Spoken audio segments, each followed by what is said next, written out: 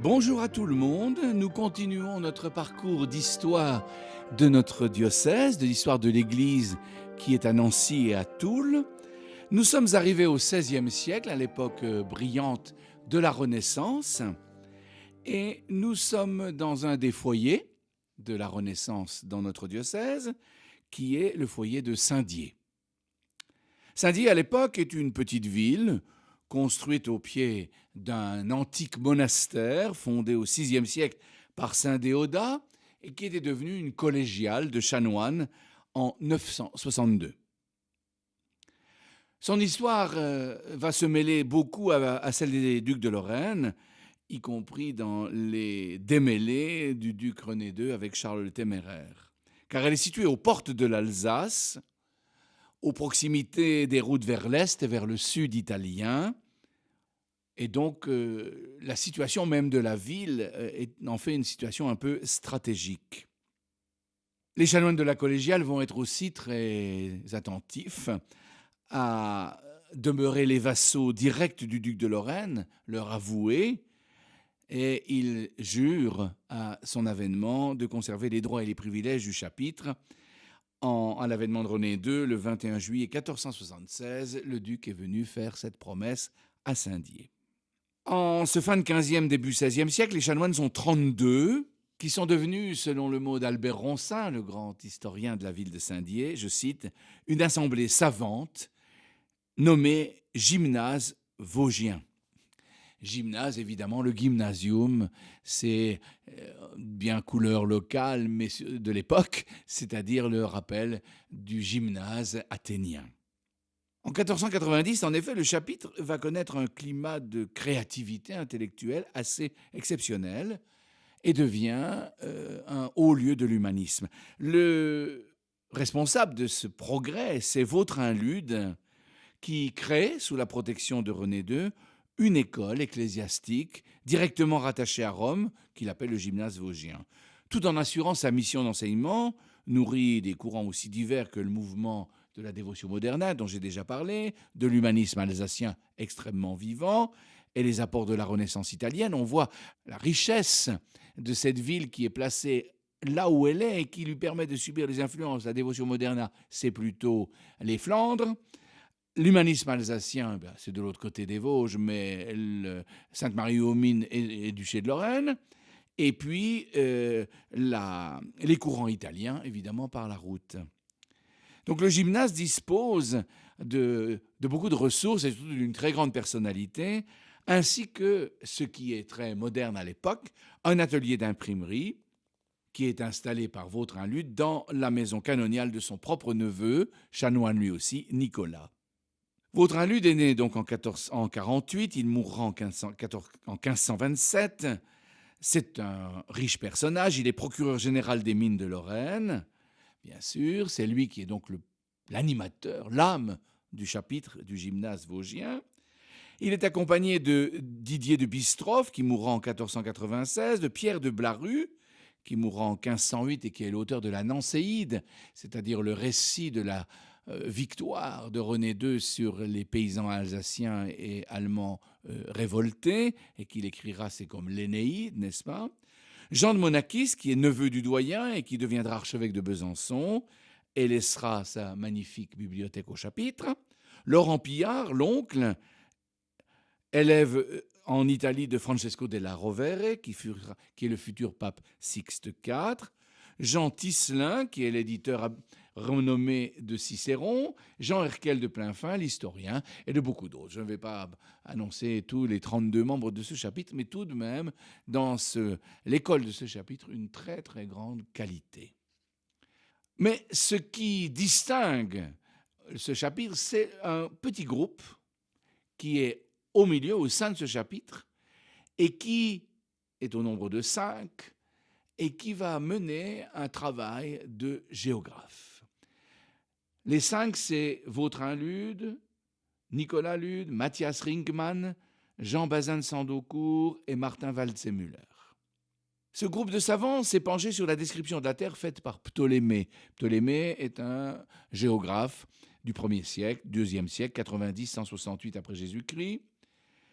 Connaissant les goûts de Vautrin, le duc de Lorraine lui confie une carte marine qu'il vient de recevoir d'un ami de Venise, ainsi qu'une version française du récit des 4 voyages effectués de l'autre côté de l'Atlantique par le banquier et navigateur florentin Amerigo Vespucci, confirmant la découverte d'un nouveau continent. Le chanoine est chargé de les faire traduire en latin, ce que Bazin, connu pour sa parfaite connaissance du latin littéraire, fera avec élégance pour la seconde partie de la cosmographie qui sera publiée. Ce livret explicatif accompagne une grande carte du monde sur laquelle apparaît pour la première fois le mot America, sur le continent dessiné un peu d'après ce qu'on a pu découvrir des lettres d'Amerigo Vespucci. Ce baptême officiel, d'ailleurs, du nom lui vaudra à Saint-Dié le surnom de marraine de l'Amérique. En fait, on commence par rééditer la carte, la nouvelle carte, et puis ensuite l'introduction. Vautrin-Lude est le mécène de cette entreprise. C'est son propre neveu Nicolas Lude, qui est le secrétaire du duc René II, le cartographe allemand Martin Waldseemüller, qui est né en 1470, mort en 1520, qui est prêtre du diocèse de Constance. C'est le travail aussi de Matthias Ringmann, l'humaniste alsacien, le plus brillant des 5 amis d'après Ronsin, qui travaille à Célestat, qui a été élève de Lefebvre d'Étaples, et puis le curé de Wissembourg, qui est Jean de Sandocourt, qui lui est le grand traducteur. La grande originalité, c'est d'avoir corrigé une géographie qui vient de l'Antiquité, donc vénérée, surestimée par les humanistes, d'avoir osé corriger cette carte selon le récit des navigateurs et des découvreurs de terres nouvelles. C'est la naissance, on pourrait dire, de la méthode expérimentale. C'est le récit de ce qu'ils ont vu et côtoyé qui fait corriger la carte qui vient d'un auteur très célèbre. Évidemment, très vite, les chanoines vont s'apercevoir que Amerigo Vespucci n'est pas du tout le découvreur de l'Amérique et qu'il s'est fait gonfler, qu'il s'est raconté, qu'il a exagéré les choses. Et tout l'honneur va revenir à Christophe Colomb. Sauf que la carte est partie. Et même si sous la 2e édition de la cosmographie, on enlèvera le mot américain, le nom était lancé et le nom reste jusqu'à aujourd'hui. On imagine quand même en même temps la fébrilité et la joie de tous ces hommes devant la découverte d'un nouveau monde, élargi, inconnu encore, monde nouveau.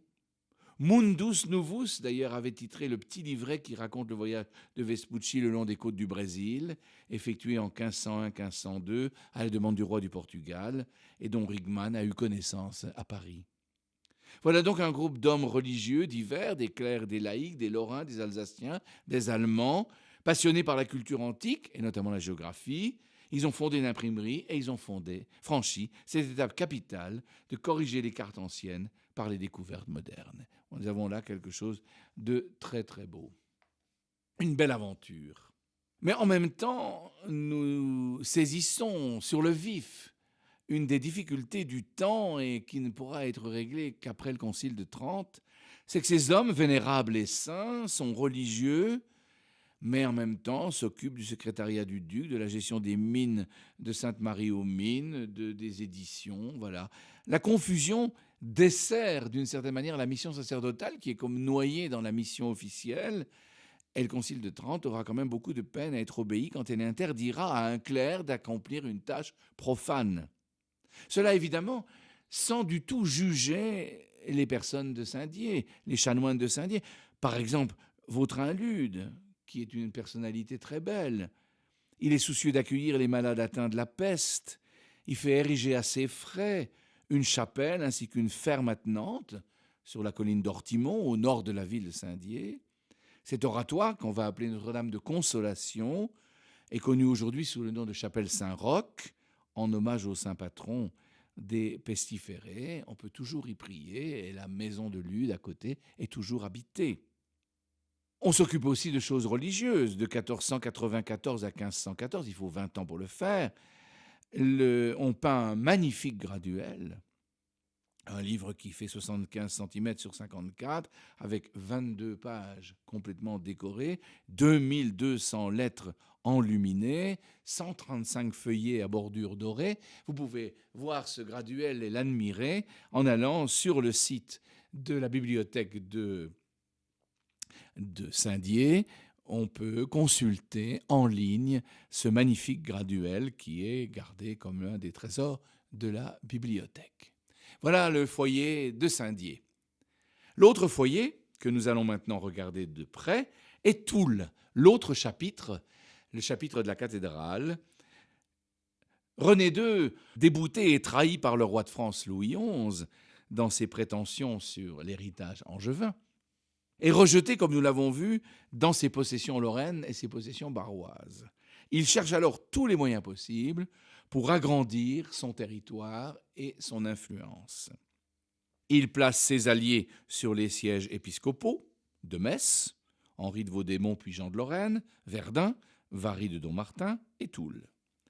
En 1506, il donne à Olry de Blamont, évêque de Toul depuis 1498, comme coadjuteur Hugues des Hasards. Hugues des Hasards est un Toulois, originaire de Blénod-les-Toules, et nous allons voir que c'est une très grande personnalité, mais, comme toujours, cet homme est un homme à la fois politique et à la fois religieux, et tout est un peu confondu dans ses activités. L'histoire du diocèse de Nancy avec Père Jacques Bombardier sur RCF.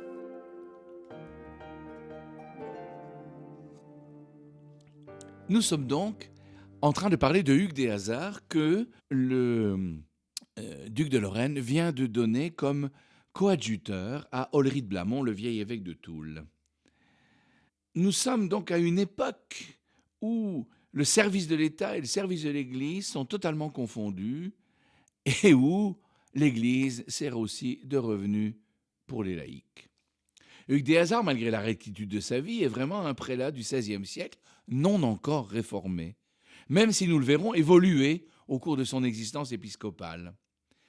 D'une certaine manière, il sera encore piégé par ses habitudes ducales et ne saura pas vraiment résister à René II, quand celui-ci lui demandera, par exemple, de prendre comme coadjuteur de Toul son fils, le duc Jean, âgé de 9 ans. Hugues des Hasards sera sauvé de cette situation tout de même ridicule par la mort de René II en 1508. Qui est Hugues des Hasards ? L'Église lorraine, en ce début du XVIe siècle, est considérablement endettée par les guerres et les épidémies qui ont ravagé le pays.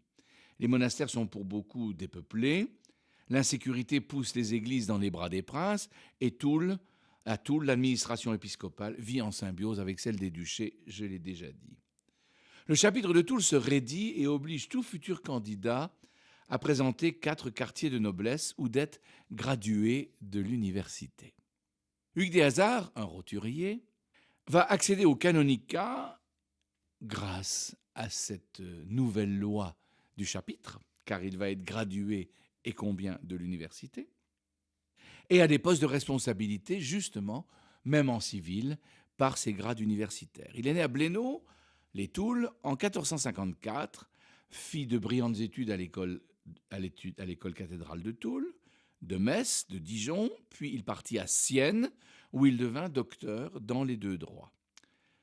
À Sienne, il y découvre toute la Renaissance italienne dans sa splendeur. Comme sa famille, Hugues est très fort dévoué à René II et avait accompli d'ailleurs, après ses études à Sienne, le rôle d'agent lorrain à Rome, c'est-à-dire ambassadeur, avocat pour la cour de Lorraine, et s'était trouvé mêlé à de délicates missions diplomatiques plus ou moins secrètes. Son séjour à Sienne, une des capitales de la Renaissance, l'avait sans doute familiarisé vraiment profondément avec ce renouveau intellectuel et artistique qui commence d'ailleurs en Italie à décliner lentement. Rentré en Lorraine, Hugues avait été nommé à la demande de son protecteur, chanoine de la cathédrale, chanoine de Saint-Jean-Gou, archidiacre de Port, c'est-à-dire on dirait aujourd'hui vicaire épiscopal de la région, prévôt de la collégiale Saint-Georges de Nancy, qui est donc accolée au palais ducal et qui est l'église des ducs. Le duc l'avait nommé également président des États de Lorraine, c'est-à-dire les États généraux du pays, chef de son conseil. Toutes ces fonctions, il les assumait en même temps que la charge épiscopale, double charge d'ailleurs comme évêque, d'évêque et de comte, c'est-à-dire de seigneur civil, chef du temporel de Toul, si convoité par le duc. Hugues des Hasards résidait le plus souvent à Nancy. Antoine garda à Hugues des Hasards la même confiance, la même amitié que son père avait prodiguée à l'évêque. De plus, Hugues assurait un service d'accompagnement spirituel de la mère d'Antoine et de l'épouse de René II, Philippe de Gueldre, morte en odeur de sainteté comme Clarisse de Pont-à-Mousson, femme de très haute culture et de très très grande sainteté, dont nous reparlerons plus tard.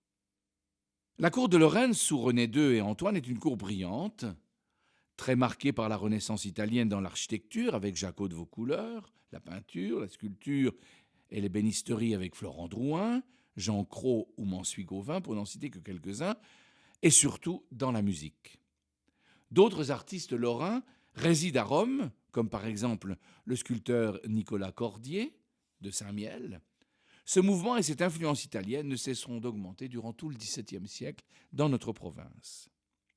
Son contemporain de Hugues des Hasards à Saint-Dié, tous les grands du gymnase vosgien dont j'ai parlé, et les études et les éditions géographiques du chapitre de la collégiale, autour de Didier de Bistroff, leur prévôt et qui est précepteur de René II, Pierre de Blaru, Martin Walzé-Muller et tous les autres du chapitre.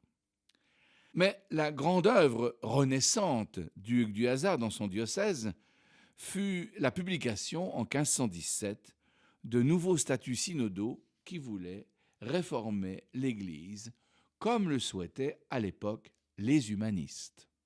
La grande nouveauté de ces statuts est de les publier en latin et en français.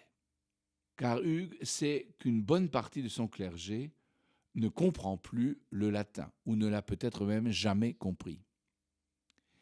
Quand on sait à l'époque que la Bible, le bréviaire et le missel sont en latin, on se demande comment ces prêtres qui étaient incapables de le lire pouvaient exercer leur ministère pastoral. Hugues veut remettre de l'ordre dans les choses, il veut expliquer un minimum de théologie, donner de bonnes définitions des choses, il explique très bien les sacrements, il veut aussi réformer les mœurs en se montrant sévère pour les prêtres et en général indulgent pour les laïcs. Ces statuts synodaux sont présentés au synode en 1513 aux milliers de prêtres qui sont rassemblés dans la cathédrale de Toul. Le texte est bilingue, donc en haut de la page, le texte en latin, et le bas de la page, la moitié basse, en rouman, c'est-à-dire en français. Et l'évêque explique, je cite, « Uniquement pour aider un certain nombre de gens d'église de notre cité et de notre diocèse qui éprouvent parfois des difficultés à lire des écrits en latin. » Hugues n'est pas tendre du tout pour le clergé de son temps. Je cite, « Nous avons à parler ici des ordres de clercs dans lesquels nous trouvons quantité de scandales et d'actes méprisants commis par les laïcs envers l'Église et quantité d'inaptitude chez ceux qui demandent à être ordonnés. Car nous voyons les jeunes gens excessivement corrompus en leur manière de vivre. Examinateurs de ceux qui veulent entrer dans les ordres, nous leur trouvons une fort petite science et qui est bien clairsemée. Parce qu'ils n'ont connaissance ni en grammaire, ni en d'autres sciences, ils ne comprennent rien, même littéralement, de ce qu'ils lisent. C'est une grande malédiction. » Ça, c'est chez les clercs diocésains. Mais la situation, d'après Hugues, est aussi grave, peut-être même plus chez les religieux. Je cite, « On peut appeler aujourd'hui les gens de religion, c'est-à-dire les ordres religieux, religion de relâchement ou plutôt de dissolution de leur état. Regardez leur chasteté, rien n'a la réputation d'être plus souillé et plus corrompu. Regardez leur obédience, leur obéissance. Rien n'est plus rebelle ni plus révolté, au moins pour la plupart. Si nous considérons leur silence, leur nourriture, leurs vêtements, leurs lits, leurs souliers, leurs chaperons, leurs frocs, tout leur habillement, comme les fourrures, les doublures, les pelisses précieuses, nous ne saurions dire maintenant que ce sont des religieux, ils sont plus relâchés et plus libérés que des séculiers. » Aux prêtres comme aux religieux, Hugues donne des ordres de réforme. Nous avons intention, écrit-il, d'y remédier. Alors, fini, je cite, d'hanter les tavernes, d'acheter quelque chose pour la revendre plus cher sans rien y remuer ou méliorer, d'aller à la danse, aux farces, aux momeries, morisques et tout déguisement et mille autres insolences, de porter des armes ou des couteaux, d'aller à la chasse et différentes formes de concubinage. On voit que le portrait de Hugues est sans concession pour une situation qui semble être dramatique, et l'on comprend qu'il faudra presque un siècle pour que les décisions du Concile de Trente soient devenues effectives.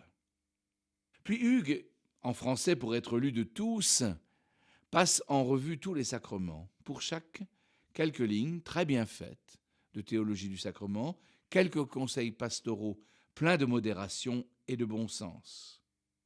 Ensuite, Hugues, dans ce livre des statuts, aborde la formation des fidèles, des adultes. Il commente le Notre Père, le Je vous salue Marie et le symbole des apôtres. Il invite à la prière universelle pour tous les états de vie dans l'Église et pour les gouvernants. Il présente un petit traité de morale, les commandements de Dieu, de l'Église, ainsi que tous les septénaires, les 7 vertus, les 7 béatitudes, les 7 rétributions promises, les 7 œuvres de miséricorde, les 7 sacrements, les 7 ordres du clergé, les 7 dons du Saint-Esprit. Vous voyez, la piété s'était faite mathématique.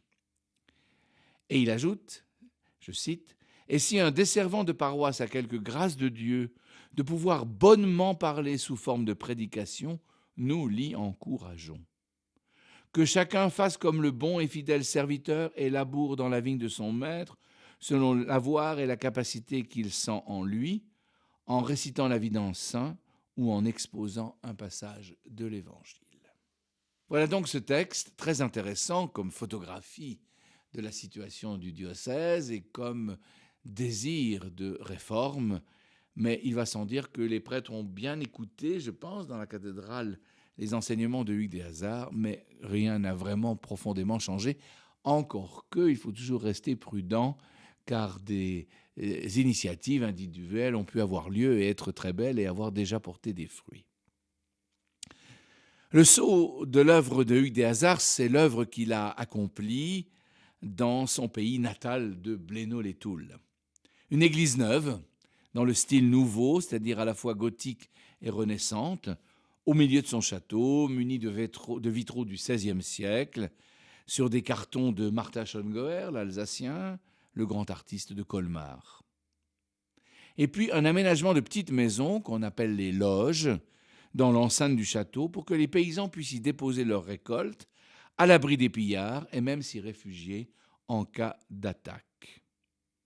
Et enfin, il nous a laissé un tombeau éloquent, à message, dans la gauche du chœur de cette église, appuyé contre le mur. Un tombeau à l'italienne, auquel il manque sans doute l'arc qui le surmontait, comme dans les tombeaux contemporains à Rome, surtout à Santa Maria del Popolo, par exemple. C'est une hypothèse de Madame Burnand qui semble juste. Dans les niches supérieures, nous avons les sciences enseignées. Hugues est un humaniste profond, et il évoque donc là la grammaire, la dialectique et la rhétorique, qu'on appelait les 3 études, le trivium, puis l'arithmétique, la musique, la géométrie et l'astronomie, qu'on appelait le quadrivium, 4 études. Au centre du tombeau se trouve le gisant, avec une plaque comportant un récit de la vie de Hugues des Hasards. L'évêque, dont la tête repose sur un coussin et les pieds sur un lion, est vêtu comme un évêque, avec en particulier le surhuméral, cette cape très spécifique, propre aux évêques de Toul. Et curieusement, pour un tombeau de la Renaissance, il a la sérénité des gisants du Moyen-Âge, in pace, le visage paisible dans la paix.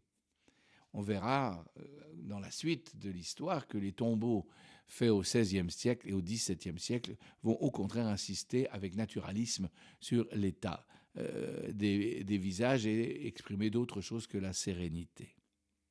Enfin, au registre inférieur, 10 statuettes de deuillants, donc de personnages qui sont habillés d'un grand manteau et d'un capuchon qui leur retombe sur le visage. Ils sont tous différents, mais ils sont placés 2 par 2 sous un arc, et ils portent une bandelette, un tissu, sur lequel est écrit une devise en latin, nasci, laborare et mori. C'est assez laconique, naître, travailler et mourir. Seul le premier et le dernier deuillant pleurent. L'un porte au début un livre ouvert, une page blanche qui s'ouvre avec la naissance, et l'avant porte le livre fermé. En mourant, on rend sa copie, comme disait Mauriac, et le dernier tient un chapelet, on meurt en priant.